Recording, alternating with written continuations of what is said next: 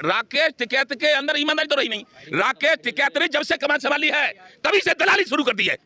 मैं भारतीय किसान भानु का राष्ट्रीय अध्यक्ष हूँ, इसलिए हमारे डीएम साहब नए आए हैं तो अपने कार्यकर्ताओं का परिचय करवाने आया था, कोई काम लेकर नहीं आया। और ये बताने आया था कि हमारे जो कार्यकर्ता हैं वो 100% ईमानदारी के साथ काम करेंगे। हमारा कोई भी पदाधिकारी अनुशासनहीनता नहीं करता, आतंकवाद नहीं करता। जैसा कि राकेश टिकैत आजकल दिल्ली बॉर्डर पे आतंकवाद फैला रहे हैं, कभी तो कोई आता है उसको मारते हैं, कभी कहते हैं कि मैं लखनऊ को दिल्ली बना दूंगा, कभी कहते हैं कि मैं इसमें संसद में गेहूं भर दूंगा। ये संसद में गेहूं नहीं भरे जाते, संसद में मंत्री बैठते हैं, संसद में सांसद बैठते हैं, वहाँ कानून बनता है और वहीं से कानून पास होता है। संसद इस काम को करता है।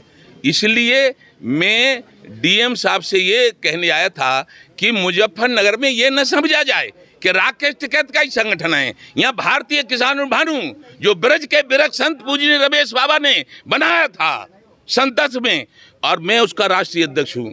और कांग्रेस जो आज कह रही है कि हम बहुत बड़े किसानों के हितैषी हैं, 1 मार्च सन 11 को वहाँ से इलाहाबाद से दिल्ली आया था और कांग्रेस ने एक बात नहीं मानी थी। फिर 1 मार्च 13 को आया था, जब फिर नहीं मानी तो रमेश बाबा ने कहा था कह दे कांग्रेस को ऐसा कर देंगे जैसे गधा की सींग। बॉर्डर पर धरना चल रहा है राकेश टिकैत जी, क्या मानते हैं आप? गाजीपुर बॉर्डर पर जो धरना चल रहा है वो कांग्रेस और कुछ भाजपा के विरोधी भाजपा के विरोधी जो पार्टियां हैं उनकी फंडिंग से चल रहा है। 5 सितंबर को मुजफ्फरनगर में भी एक पंचायत जी, 5 सितंबर को मुजफ्फरनगर में महापंचायत बुलाई गई है। उसमें कोई ईमानदार जाट और जाट नेता शामिल नहीं होगा। उसमें केवल वही शराबी, वही फंडिंग पे काम करने वाले, तनख्वाह लेने वाले वो शामिल होंगे। भला जाट नेता कभी नहीं होगा शामिल। क्यों? कि जाटों का इतिहास रहा है, जाट अपने देश के लिए जान देने वाले रहे हैं, जाट स्वाभिमानी रहे हैं, जाट ईमानदार रहे हैं। इनके पिता भी तो ईमानदार थे, महेंद्र सिंह टिकैत। लेकिन ये तो जाने कहां से आ गए, जाने कहां से आ गए भाई, इतना आतंकवाद फैला रहे। आपने किसान नेता राकेश टिकैत हैं बयान जारी किया था, वो क्या मतलब? कौन सा बयान? अभी बोला था कि रतनपुरी में मतलब क्या था? वो जैसे हैं वैसे बताता हूँ। तो क्या आप ये मानते हैं राकेश टिकैत ईमानदार जाट नेता? नहीं, राकेश टिकैत के अंदर ईमानदारी तो रही नहीं। राकेश टिकैत ने जब से कमान संभाली है तभी से दलाली शुरू कर दी है। प्रॉपर्टी की दलाली, वहाँ अथॉरिटियों पे दलाली, सड़क में दलाली और टोलों पे दलाली। कहाँ से ईमानदार आए वो?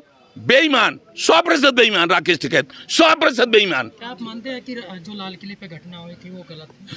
लाल किले पे जो घटना हुई थी वो 100% गलत और 100% आतंकवादी जो करते हैं वो किया गया था। लाल किले पे दूसरा झंडा फहराया गया था, वो नहीं फहराना चाहिए था।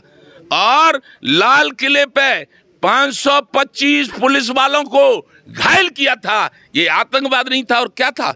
ऐसे लोग कभी किसान नेता नहीं हो सकते। और न अब प्रशासन और न शासन वो अपने को कुछ भी कहते रहे कि हम किसान नेता हैं, लेकिन न किसान नेता हैं वो और न किसानों का कभी भला कर पाएंगे। तो आप क्या मानते हो किसान कानून जो बना है ये किसानों के? किसान कानून, सुनिए, कानून बहुत बने पीछे भी, एनआरसी, तलाक वाला 370। यदि हम मानव हैं, हम देश प्रेमी हैं, हमारा नारा है, किसानों ने ललकारा है, हिंदुस्तान हमारा है, तो इस हिंदुस्तान को हम बिखरने नहीं देंगे। यदि हम इन कानूनों को वापस लेने की मांग करते हैं तो और कुछ लोग जो पीछे कानून बने उनको वापस लेने की मांग करेंगे।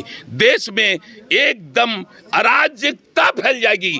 इसलिए हमारी मांग है किसान, ये कानून बने रहने दो, हमें कोई दिक्कत नहीं है। किसान आयोग का गठन हो जाए, किसान आयोग की सहमति से किसानों के हित में काम हो, चाहे एमएसपी बने, तो किसान का सहमत ली जाए, लेकिन किसान आयोग बनना भारत के किसानों के लिए अति आवश्यक हो गया है।